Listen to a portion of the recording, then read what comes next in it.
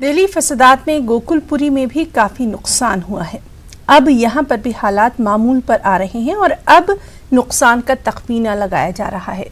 गोकुलपुरी हल्के के एमएलए लगातार अपनी टीम के साथ इलाके के लोगों के बीच में हैं, उनकी हर मुमकिन मदद की कोशिश कर रहे हैं। हमारे साथी निरंजन ने गोकुलपुरी के रुकन असेंबली सुरेंद्र कुमार से बातचीत की।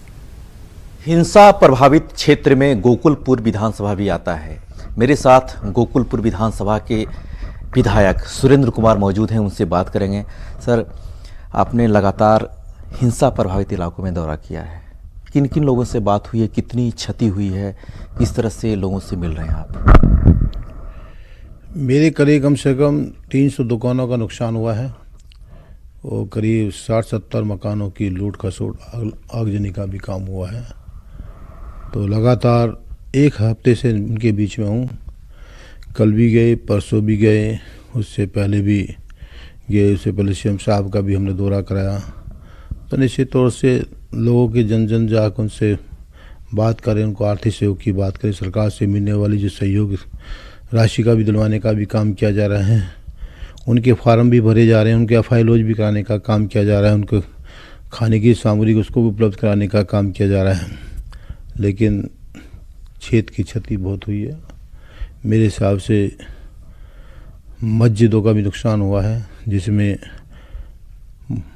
सिलेंडर रखकर उनको फाड़ा गया। वहाँ पर बहुत बड़ा नुकसान हुआ क्षेत्र में, और क्षेत्र में 3-4 दिन हाहाकार मचा रहा।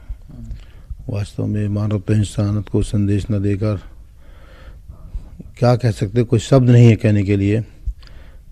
बहुत बुरा हुआ है। जो हिंसा से प्रभावित लोग हैं, वो जो आपके विधानसभा में आते हैं, यहीं के मूल निवासी हैं या फिर बाहर के हैं, जैसे यूपी, बिहार?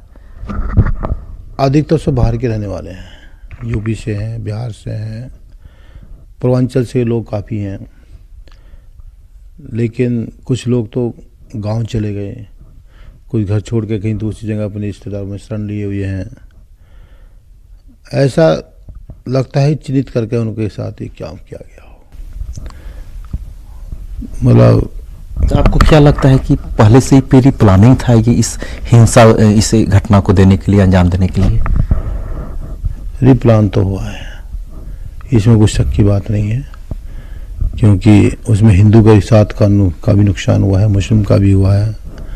हुआ तो दोनों का हुआ है, ऐसा नहीं है। लेकिन लगता है कुछ बाहर के लोग आकर उन्होंने यहाँ पर कुछ हमला किया हो। चलिए, हमसे बातचीत करने के लिए शुक्रिया। कैमरामैन गौरव गिरी के साथ निरंजन सिंह, न्यूज़ 18।